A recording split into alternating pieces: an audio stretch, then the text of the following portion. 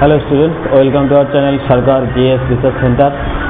आज के हमारे आलोचनार विषय हलो भूगोलेर पृथिवीर भू अभ्यन्तरेर स्तর বিন্যাস বিষয়ে আমরা আজকে আলোচনা করব। এটা মূলত ক্লাস 11 এর ফার্স্ট সেমিস্টারের ইউনিট 2 এর একটি টপিক, যে টপিক নিয়ে আজকে আমরা আলোচনা করব এবং আশা করি এই টপিক নিয়ে তোমরা যদি এই বিষয়টা আজকে ভালো করে দেখো তাহলে তোমাদের এই অংশ থেকে যেসব শর্ট প্রশ্ন হবে তোমরা অনায়াসে সেই প্রশ্নগুলোর উত্তর করতে পারবে এবং আমরা সেইভাবেই আজকে এগোবো। তো একটা কথা বলি, মূলত আমরা পৃথিবীর কোন অংশে বসবাস করি? উপরের অংশে। মনে করো এই হলো একটা পৃথিবী, আমরা এই পৃথিবীর উপরের অংশে ঘর বাড়ি করে আছি, এখানে পাহাড় পর্বত নদী নালা সমুদ্র সবকিছু অবস্থিত আছে। এইবার আমাদের বিষয় হলো যে পৃথিবীর ভিতরে কি আছে। এই পৃথিবীকে যদি আমরা একটা বৃত্ত হিসেবে ধরি, বৃত্ত বলতে গোল বস্তুকে আমরা বৃত্ত হিসেবে বুঝি, তো পৃথিবীকে যদি মূলত গোল হিসেবে ধরি, পৃথিবী একদম বৃত্ত বলা যায় না, কিন্তু যদি আমরা ধরি যে পৃথিবী মনে করো যে গোল, বৃত্তের সঙ্গে আলোচনা করি যে বৃত্ত হিসেবে ধরি যে পৃথিবী মনে করো একটা বৃত্ত। এই পৃথিবীর যেমন একটা কেন্দ্র আছে, বৃত্ত যেমন কেন্দ্র হয় তেমন পৃথিবীর একটা কেন্দ্র আছে এবং সেই কেন্দ্রের কি হয়, ব্যাসার্ধ হয় বা ব্যাস হয়, সেরকম পৃথিবীরও ব্যাস বা ব্যাসার্ধ আছে। এই পৃথিবীর মূল কেন্দ্রে পৌঁছানোর জন্য আমাদের পৃথিবীর ব্যাসার্ধ জানা দরকার। পৃথিবীর ব্যাসার্ধ কত? পৃথিবীর ব্যাসার্ধ হলো 6370 বা কোনো কোনো বই হয়তো 71 কিমি পর্যন্ত থাকতে পারে, সেটা অসুবিধা নেই, 70 থাকতে পারে, 71 থাকতে পারে। তো আমরা এই পৃথিবীর যে অংশটা আছে, মনে করো এই ভূপৃষ্ঠ থেকে এই কেন্দ্র পর্যন্ত একটা অংশ ধরো কেটে নিলাম, এই অংশটাকে আমরা কেটে নিয়ে বড় আকারে এখানে তোমাদেরকে দেখাই যেন আমাদের বুঝতে সুবিধা হয় যে পৃথিবীর অভ্যন্তরে কি কি আছে। মূলত এই যে ছবিটা, পৃথিবীর এই অংশটা যে আমরা কেটে নিলাম ভূপৃষ্ঠ থেকে একদম কেন্দ্র পর্যন্ত, এই অংশটার দূরত্ব হলো যেটা একটু আগে আমরা দেখলাম 6370 কিমি। এইবার এই অংশটাকে ভাগ করেছে 3 ভাগে। একটা হলো ভূপৃষ্ঠ, এটা হলো ভূপৃষ্ঠ বা ভূত্বক, তারপরে এই অংশটা হলো গুরুমণ্ডল, আর এই অংশটা হলো কেন্দ্রমণ্ডল। মূলত যদি ভালো করে বলি, এই অংশটা হলো ভূপৃষ্ঠ, তারপরে থেকে এই পর্যন্ত এটা হলো গুরুমণ্ডল এবং তারপরের অংশটা হলো কেন্দ্রমণ্ডল। এইবার এদের দূরত্বটা দেখি আমরা, কোন অংশটা কত দূর পর্যন্ত বিস্তৃত আছে। আচ্ছা, এই দেখো বিস্তৃত আছে এই ভূত্বকটা, এটা শুরু 0 থেকে 30 কিমি পর্যন্ত ভূত্বক বা ভূপৃষ্ঠ এটা বিস্তৃত। তারপরে 30 থেকে 2900 কিমি পর্যন্ত বিস্তৃত হলো গুরুমণ্ডল এবং 2900 থেকে 6370 কিমি পর্যন্ত বিস্তৃত হলো এই কেন্দ্রমণ্ডলটা।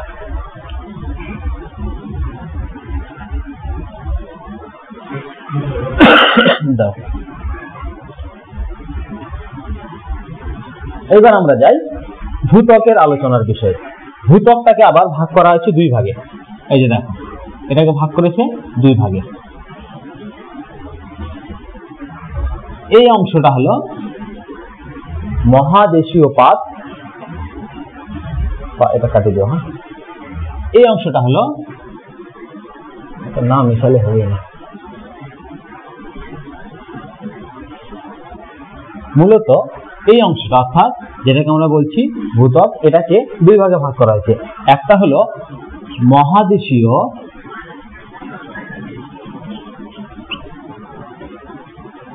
ভূত্বক আর একটা হলো মহাসাগরীয় ভূত্বক। এটাকে আবার এদের আবার একটা নাম আছে, কি নাম? এই যে মহাদেশীয় ভূত্বককে বলা হয় শিয়াল এবং মহাসাগরীয় ভূত্বককে বলা হয় সীমা। শিয়াল বা সীমা কেন বলা হচ্ছে? এই যে শিয়াল কথাটার অর্থ হলো Si+Al, অর্থাৎ সিলিকন ও অ্যালুমিনিয়াম দ্বারা এই ত্বকটা গঠিত। এর মধ্যে কি কি আছে? সিলিকন ও অ্যালুমিনিয়াম, এই জন্য একে বলা হয় শিয়াল। এবং এই যে সীমা যেটা আছে মহাসাগরীয় ভূত্বক, এটা গঠিত সিলিকন ও ম্যাগনেসিয়াম। সাধারণত আমরা জানি যে ম্যাগনেসিয়ামের সংকেত হয় Mg, তবে এখানে বোঝানোর জন্য Ma হিসেবে বলা হচ্ছে Ma অর্থাৎ ম্যাগনেসিয়াম। অর্থাৎ এই অংশে অর্থাৎ মহাসাগরীয় ভূত্বকের মধ্যে যে উপাদানগুলি আছে সেটা হলো এই সিলিকন আর ম্যাগনেসিয়াম।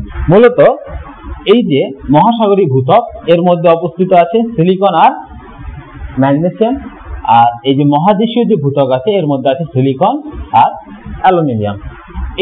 এই উপাদানগুলি পাওয়া যায়, এই কারণে এটাকে শিয়াল বলা হয়, আর মহাসাগরীয় ভূত্বককে বলা হয় সীমা। এবার এটা বললাম কি, একটু আগে বললাম আমি যে 0 কিমি থেকে 30 কিমি পর্যন্ত বিস্তৃত। এবার কোনো জায়গায় মহাসাগরীয় ত্বকগুলোতে বা মহাসাগরীয় পাতে দেখবো যে এটা কোনো জায়গায় 70 কিমি পর্যন্ত বিস্তৃত হয়ে আছে, এটা আমরা লক্ষ্য করতে পারবো। কিন্তু মূলত আমরা সাধারণত বলতে পারি 30 কিমি পর্যন্ত বিস্তৃত। এবং এই যে স্তরটি আছে এই ভূত্বক, এর যদি বলি যে গড় তাপমাত্রা কত, এর গড় তাপমাত্রা হলো 14 ডিগ্রি সেলসিয়াস। এবং আরেকটা কথা জেনে রাখি, তোমরা হয়তো বায়ুর স্তর বিন্যাস করেছো, সেখানে পড়েছিলে তোমরা যে যত উপরে উঠবে তত তাপমাত্রা কি হয়, কমে। প্রতি 1 কিলোমিটার তাপমাত্রা কমে 6.4 ডিগ্রি সেলসিয়াস।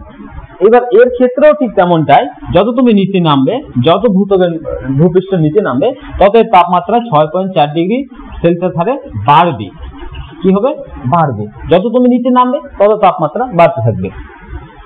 তেমনটাই এটা আমি গড় তাপমাত্রা বললাম, কিন্তু গড় তাপমাত্রা বা উপরিপৃষ্ঠের তাপমাত্রা, এটা যখন নিচে নামবে, যত নিচে নামবে তত তাপমাত্রা বাড়তে থাকবে। এবং এই ভূপৃষ্ঠ বা ভূত্বকের যে ঘনত্ব যদি বলি, ভূত্বকের ঘনত্ব হলো 2.8 থেকে 3.0 গ্রাম পার ঘন সেমি, হলো গ্রাম পার ঘন সেমি হলো এর ঘনত্ব। আচ্ছা, এই হলো ভূপৃষ্ঠের যেটা অংশ, সেটা তোমাদেরকে বললাম। ঠিক আছে, এই মনে করো যে বলতে গেলে হিসাবটা কেমন হয়, এরকম হয়। ধরো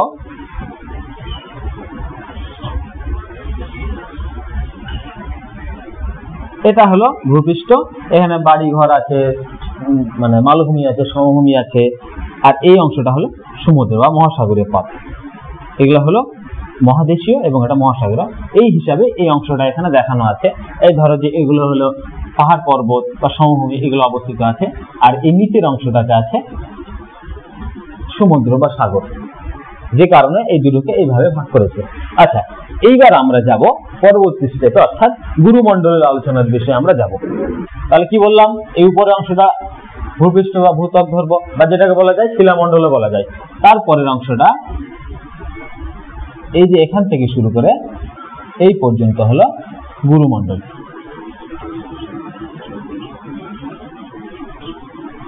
তার আগে আরেকটা কথা বলি, গুরুমণ্ডল শুরু করার আগে আরেকটা কথা বলি।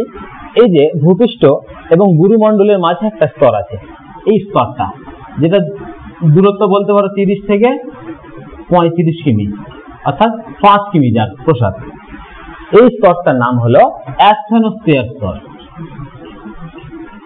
অ্যাসথেনোস্ফিয়ার, এই স্তরের তাপমাত্রা হয় 1700 ডিগ্রি সেলসিয়াস এবং এই স্তরটা হয় থকথকে জেলির মতো। এই স্তরের উপরে ভূপৃষ্ঠের যে প্লেটগুলি আছে এই স্তরের উপরে ভাসমান অবস্থায় থাকে। যদি তোমরা পাত সংস্থান তত্ত্ব বিষয়ে পড়ো তাহলে দেখবে যে এই প্লেটগুলো ভূপৃষ্ঠে যে আমরা বসবাস করছি, মহাসাগরীয় হোক বা মহাদেশীয় হোক, সেই প্লেটগুলো এই স্তরের উপরে ভাসমান অবস্থায় থাকে এবং সেগুলো মুভ হয়, সরে, একটু একটু করে সরে, যে কারণে দেখবে যে ভঙ্গিল পর্বতের সৃষ্টি হয়েছে, বা কোথাও প্লেট হয়তো এক জায়গায় ছিল, সরে গিয়ে মনে করে যে সেখানে গর্ত সৃষ্টি হয়েছে, বা মনে করে দুটি প্লেট একসঙ্গে যুক্ত হয়ে বাড়ি খেয়ে সেখানে ভঙ্গিল পর্বতের সৃষ্টি হয়েছে। এই স্তরের কারণে হয়ে থাকে, বা অ্যাসথেনোস্ফিয়ার স্তরটার কারণে হয়ে থাকে। এবার আসি আমরা গুরুমণ্ডলে। এই গুরুমণ্ডলের দূরত্ব কত? এই যে এখানে আমি বললাম যে ভূপৃষ্ঠ 30 কিমি পর্যন্ত বিস্তৃত, এই 30 থেকে 2900 কিমি পর্যন্ত এই গুরুমণ্ডলটা অবস্থিত।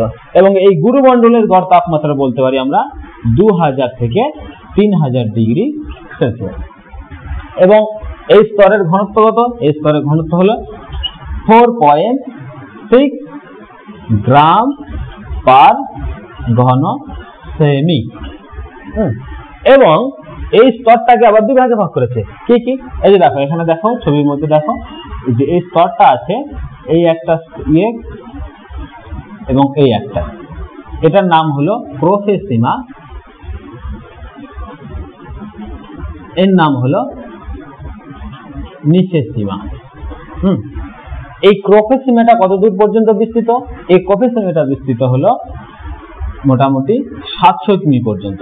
কত?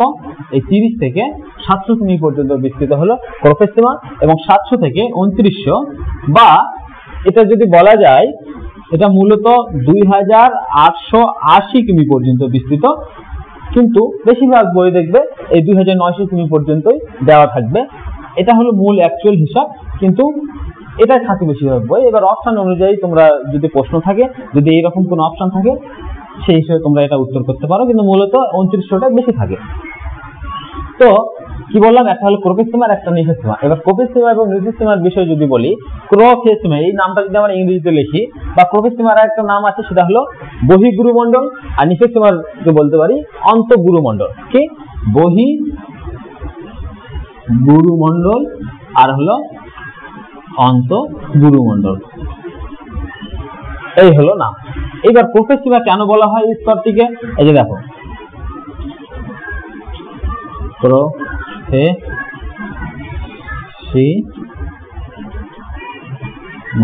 অর্থাৎ কি? ক্রোমিয়াম, এসি অর্থাৎ ফেরিক বা লোহা, এসআই অর্থাৎ সিলিকন, আর এমএ অর্থাৎ ম্যাগনেসিয়াম। এই চারটা উপাদান এই স্তরটিতে পাওয়া যায়, যে জন্য এর নাম দেওয়া হয়েছে প্রোফেসিমা। এবং নিচেসিমার নাম কেন দেওয়া হয়েছে এটাও দেখি। নিচেসিমা অর্থাৎ নিকেল, এটা জানা হয় ফেরিক লোহা, সিলিকন, ম্যাগনেসিয়াম, যে কারণে এই স্তরটির নাম দেওয়া হয়েছে নিচেসিমা। তাহলে বুঝতে পারলে প্রোফেসিমা এবং নিচেসিমার নাম কেন দেওয়া হয়েছে। আর একটা কথা বলে রাখি, এই যে স্তরগুলো ভাগ করেছে, ভূত্বক, তারপর গুরুমণ্ডল, তারপর কেন্দ্রমণ্ডল, এগুলো ভাগ করেছে কোন হিসাবে? এই যে বিভিন্ন যে উপাদানগুলি আছে বা খনিজগুলি আছে, এগুলোর প্রকার হিসেবেই এদের নামগুলো ভাগ করা হয়েছে, বা এদেরকে এইভাবে ভাগ করা হয়েছে। এইবার আমরা আসি পরের স্তরে। তাহলে পরের স্তর অর্থাৎ কেন্দ্রমণ্ডল।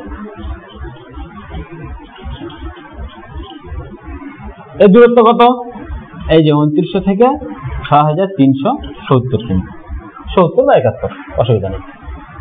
এই কেন্দ্রমণ্ডলকে ভাগ করেছে দুই ভাগে, একটা হলো বহিঃ কেন্দ্রমণ্ডল, আর একটা হলো অন্তঃ কেন্দ্রমণ্ডল। এই বহিঃ কেন্দ্রমণ্ডলের দূরত্ব কত? 2900 থেকে 5100 কিমি পর্যন্ত এর দূরত্ব, এবং অন্তঃকেন্দ্রমণ্ডল দূরত্ব এই যে 5100 থেকে 6370 কিমি পর্যন্ত দূরত্ব। এবং এই বহিঃকেন্দ্রমণ্ডলের উষ্ণতা কত? গড় উষ্ণতা, এর গড় উষ্ণতা হলো 3000 থেকে 3500 ডিগ্রি সেলসিয়াস, এবং অন্তঃকেন্দ্রমণ্ডলের উষ্ণতা হলো গড় উষ্ণতা 6000 থেকে 6500 ডিগ্রি সেলসিয়াস। আমরা এতক্ষণ যে বিষয়গুলো নিয়ে আলোচনা করলাম, যে ভূত্বক, গুরুমণ্ডল, কেন্দ্রমণ্ডল, এর মাঝে দেখো একটা করে রেখা দেওয়া আছে, বা এগুলোকে কাল্পনিক রেখা বলতে পারবো। এই কাল্পনিক রেখাগুলোর একটা নাম আছে, এগুলোকে বলা হয় বিযুক্তি রেখা। যেমন এই মহাদেশীয় ভূত্বক আর মহাসাগরীয় ভূত্বক, এর মাঝে যে স্তরটি আছে, এর নাম হলো কনরাড বিযুক্তি রেখা। এবং এই যে শিলামণ্ডল অর্থাৎ ভূত্বকটা শেষ হলো, এই শিলামণ্ডল শুরু হয়েছে, এবং এই গুরুমণ্ডল, শিলামণ্ডল ও গুরুমণ্ডলের মাঝে যে স্তরটি আছে, তার নাম হলো মোহ বিযুক্তি রেখা, বা বলতে পারি মহরদেশিক বিযুক্তি রেখা।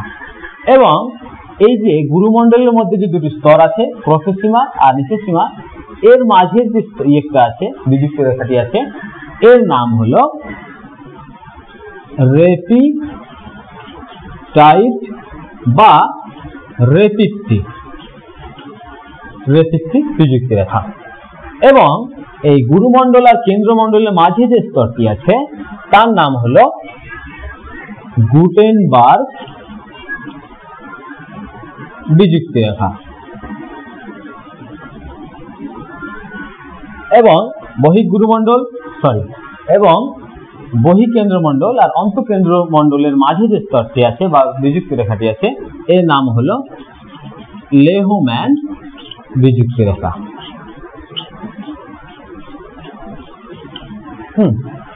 এবং বলতে পারি এই বিযুক্ত রেখাগুলোর মধ্যে মূল হলো এই যে মোহ আর এই গুটেনবার্গ। কারণ হলো এই যে ভূত্বক এবং গুরুমণ্ডলের মাঝের স্তরটি, মূল যে স্তরটি সেটা হলো মোহ, আর গুরুমণ্ডল ও কেন্দ্রমণ্ডলের মাঝের স্তরটি যেটা মূল সেটা হলো গুটেনবার্গ বিযুক্ত রেখা। এই যে বিযুক্ত রেখাগুলোর নামগুলো তোমরা দেখছো, এদের নামগুলো এরকম কেন হলো? কারণ এই রেখাগুলি বা এই বিযুক্ত রেখাগুলি এইসব বিজ্ঞানীরা তারা নামকরণ করেছিলেন, যে কারণে এদের এই নামগুলো পড়েছে, এবং সেই বিষয়ে আমরা একটু আলোচনা করব। আচ্ছা, এতক্ষণ যেসব বিযুক্ত রেখাগুলো বললাম, যে এই বিযুক্ত রেখাগুলোর নাম কেউ না কেউ দিয়েছে, কোনো না কোনো বিজ্ঞানী, যে কারণে তাদের এই সব নামগুলো এসেছে। যেমন প্রথম যে বিযুক্ত রেখাটা কনরাড বিযুক্ত রেখা, যেটা এই শিয়াল ও সীমার মাঝে আছে, এটার নামকরণ করেছিলেন ভিক্টর কনরাড। তার নাম অনুসারে এই বিযুক্ত রেখার নাম দেওয়া হয়েছে কনরাড বিযুক্ত রেখা, এবং এটা তিনি নামকরণ করেছিলেন 1925 খ্রিস্টাব্দে। তারপরে যদি দেখি এই যে মোহ বিযুক্ত রেখাটা 1905 খ্রিস্টাব্দে অ্যান্ড্রিজা মহরভিচি, তিনি একজন যুগোস্লোভিয়ার বিজ্ঞানী, তিনি এটার নামকরণ করেছিলেন। তারপরে এই দেখো রেপিটাইট বা রেপিটটি যে বিযুক্ত রেখাটি আছে, এই রেখাটি 1936 খ্রিস্টাব্দে উইলিয়াম রেপিটটি এর নামকরণ করেছিলেন। এবং গুটেনবার্গ যে বিযুক্ত রেখাটি আছে, যেটাকে মূল বিযুক্ত রেখাও বলা হয় গুরুমণ্ডল ও কেন্দ্রমণ্ডলের মাঝে, এই বিযুক্ত রেখাটি 1932 খ্রিস্টাব্দে নামকরণ করেন কে? উইচার্ড ও গুটেনবার্গ। কেন বলা হচ্ছে উইচার্ড গুটেনবার্গ? এই বিযুক্ত রেখাটার নাম হলো, শুধু গুটেনবার্গ বলা যায় না, উইচার্ড গুটেনবার্গ বিযুক্ত রেখা বলা যায়। কারণ এই রেখাটি এই দুইজন মিলে, বিজ্ঞানী উইচার্ড ও গুটেনবার্গ, এই দুইজন মিলে নামকরণ করেছিলেন, যে জন্য এই রেখাটিকে বা এই বিযুক্ত রেখাটিকে উইচার্ড গুটেনবার্গ বিযুক্ত রেখা বলা হয়ে থাকে। এবং শেষে হলো লেহম্যান বিযুক্ত রেখা, এটা 1936 খ্রিস্টাব্দে লেহম্যান এর নামকরণ করেছিলেন। এই হলো আজকে আমাদের আলোচনার বিষয়। যদি ভিডিওটি তোমাদের ভালো লাগে, এটা লাইক দেবে, সাবস্ক্রাইব করবে এবং তোমাদের বন্ধুদের মাঝে শেয়ার করবে।